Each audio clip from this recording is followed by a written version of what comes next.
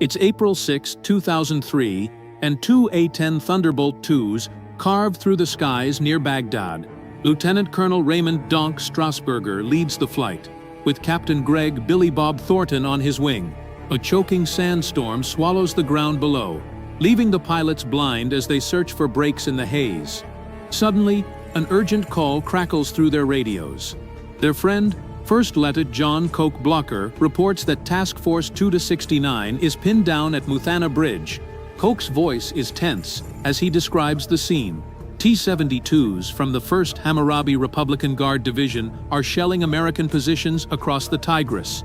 Ammunition and energy are running low after hours of heavy fighting. If the Iraqis cross the bridge, the situation will collapse. The two A-10 pilots flip their aircraft over and plunge straight into the violent sandstorm. Visibility is nearly zero, but turning back isn't an option. Their allies are running out of time and hope. Below, Iraqi infantry emerges from cover, firing on U.S. forces. Coke ducks behind debris as bullets slice through the storm. "Donk, we need you now, right now," he shouts over the chaos. Up above, the pilots push through sheets of sand until Baghdad's skyline rises through the brown haze. "What a lovely day," one jokes darkly. They drop low, following the Tigris north. Buildings blur past on both sides as they race toward the besieged bridge. On the ground, Coke fires back at muzzle flashes pulsing through the storm. He relays updates non-stop, confirming no friendlies are east of the bridge. Donk and Billy Bob throttle toward the objective. The outline of the bridge slowly forms ahead. "Break left." Billy Bob pulls aside to give Donk room. AAA gunners ready their positions. Donk dives lower for a target mark, but his smoke rockets malfunction. Thinking fast, he dumps flares across the riverbank instead. Coke spots the bright streaks through the haze and instantly understands Donk is on target. "You're clear to engage," he radios. Donk swings back around, this time armed for real. Iraqi anti-air gunners unleash thick arcs of 23mm tracers, clawing at the sky. Donk presses into the storm, undeterred. He locks onto a BMP charging toward the bridge and unleashes the signature roar of the GAU-8. The armored vehicle is shredded into burning debris within seconds.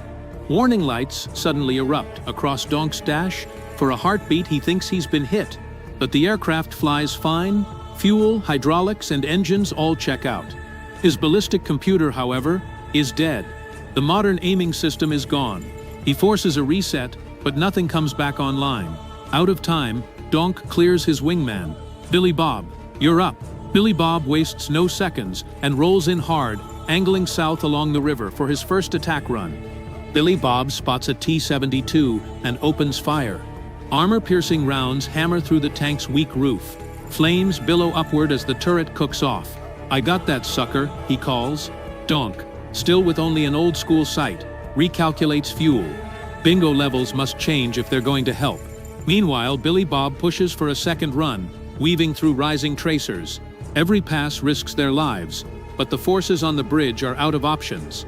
Billy Bob strikes again, destroying a second T-72 in a spectacular blast. Donk finishes recalculating and lowers their bingo threshold by 500 pounds. "Copy," Billy Bob says as he banks back toward the river. On his next run, a manpad launches from a rooftop. The missile streaks past Billy Bob's wing, missing by feet. His heart slams in his chest, but he refuses to break off. The pressure is immense, yet the mission demands everything they have. Billy Bob recovers and returns for another deadly pass. He tears through a line of supply trucks, igniting massive fireballs. Donk, still flying nearly blind, selects a Maverick missile and squints through its grainy display. The storm makes the picture almost useless, but he commits. As tracers climb toward him, he locks onto a BMP and fires.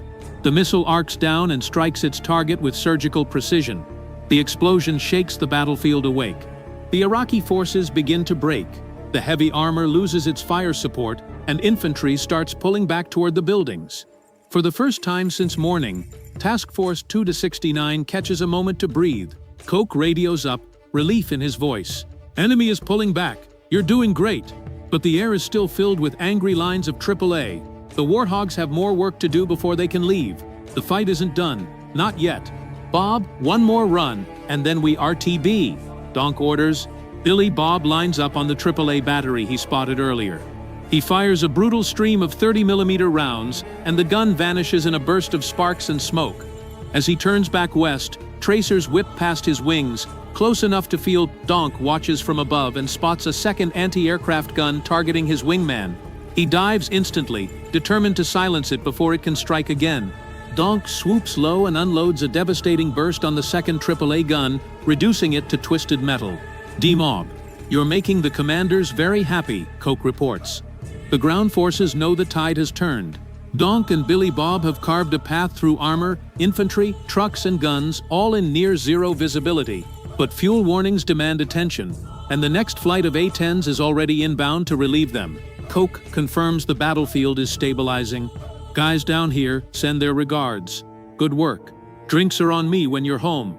The two pilots finally break off, battered by stress and sand, but alive.